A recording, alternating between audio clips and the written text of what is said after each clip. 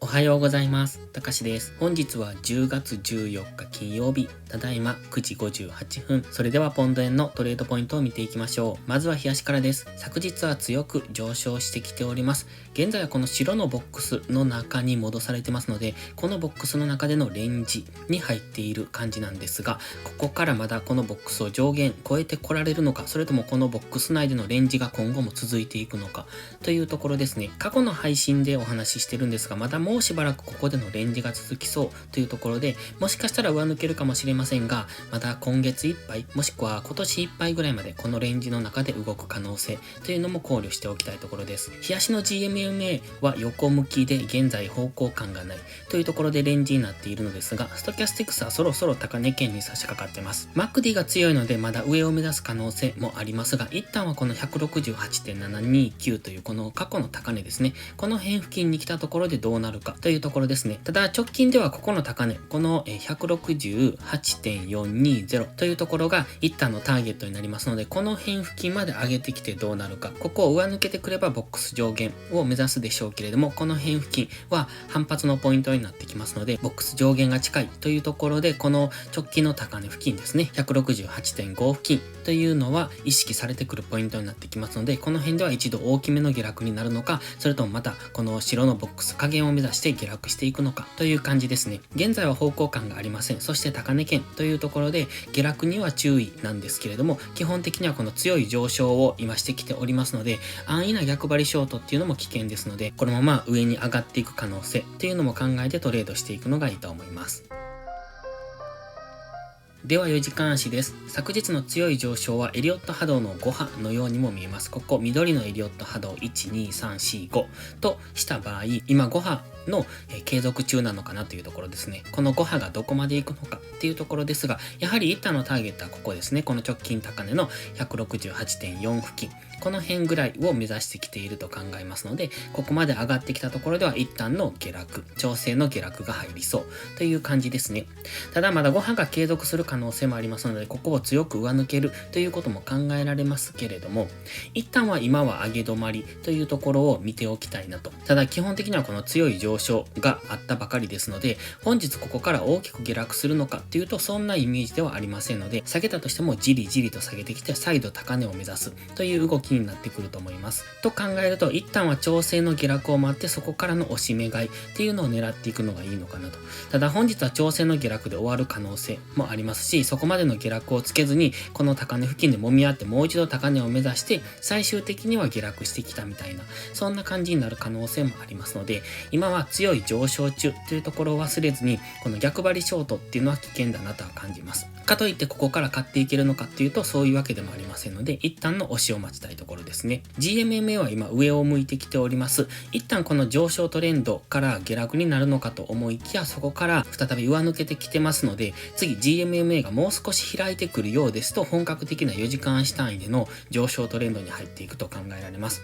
ただ本日もし急激な下落をして昨日のこの上昇を打ち消すようなことがあれば、来週週明けはそこからの戻り売りと考えられるんですが、まずは一旦この白のゾーンの上限ですね、この上の方のゾーン、この辺付近までの押しを待ちたいところですね。そうすると GMMA が開いて上昇してくるところともぶつかってきますので、そこからの押し目買いでもう一度上昇を目指していくと考えられます。現在ストキャスティクスは高値圏から若干デッドクロスはしていますが、クロスの仕方が弱いのでここから大きく下げるというイメージは持てないですね。MACD かなり強い状態ですので、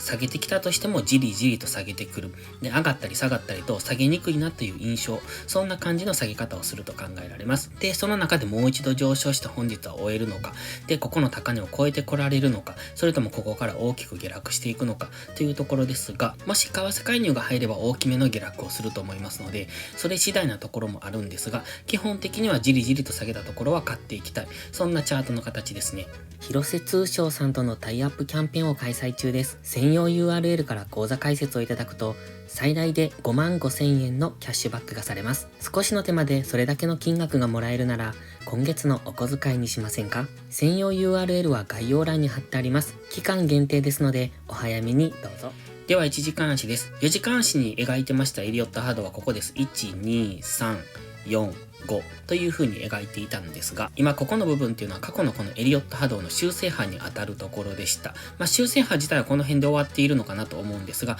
そこからじんわりと鍋底を描くように今上昇してきて、この高値も超えてきておりますので、基本的にはこの高値付近に戻ってきたところ、1時間足で言うと GMMA と接触する付近ですね。もしくはもう一段下の過去のこの意識されていたゾーン、この辺まで戻ってきたところでは押し目買いが入りやすいポイントだと考えます。ただ4時間足のストキャスティクスは高値圏にありますので、その辺は注意が必要ですね。基本的には押し目買いで狙っていきたいところですので、今1時間足の GMMA にサポートされて上昇してきてますので、次また GMMA が接近してきたところではもう一段上昇というのも考えられますので、その辺付近までの押しを待つのがいいとは考えます。ただ昨日の動きがかなり大きかったので、本日は小動きになる可能性、あと金曜日ですのでいつもと違う動きをする可能性もありますので、その辺には注意をしてトレードをしていきたいと思いますので、本日金曜日ですし、いつも言ってますが無理をしてトレードをする日ではないと思います。昨日の強い上昇があったので、ここからまだまだ上がると思って買いたい気持ちもあるのはわかるんですが、今この場所から買っていくのは優位性がありませんので、もしこのまま押しをつけずに上昇するならそれは見送るのがいいと思います。で、押しをつけるのを待つのがいいですので、一旦は1時間足単位で GMMA に接触する付近、もしくはこの高値ですね、165.7 付近、その辺まで下落してきたところを狙っていくのがいいんじゃないかなとは考えております。それでは本日はここまでです。今日も最後までご視聴ありがとうございました。たかしでした。バイバイ。インジケーターの使い方解説ブログを書きました。現在このインジケーターを使ったエントリー手法のブログを書いている途中ですが、まずはこちらの基礎編をご覧いただきたいです。GMMA、ストキャスティクス、MACD の使い方について詳しく書いてます。インジケーターは何気なく表示させるのではなく、理解して使いこなすことが大切です。このブログを読んで、ご自身のチャートに当てはめて考える。それが使いこなすことへの第一歩になります。せっかく FX と出会ったのですから、確実に一歩ずつ成長していきましょう。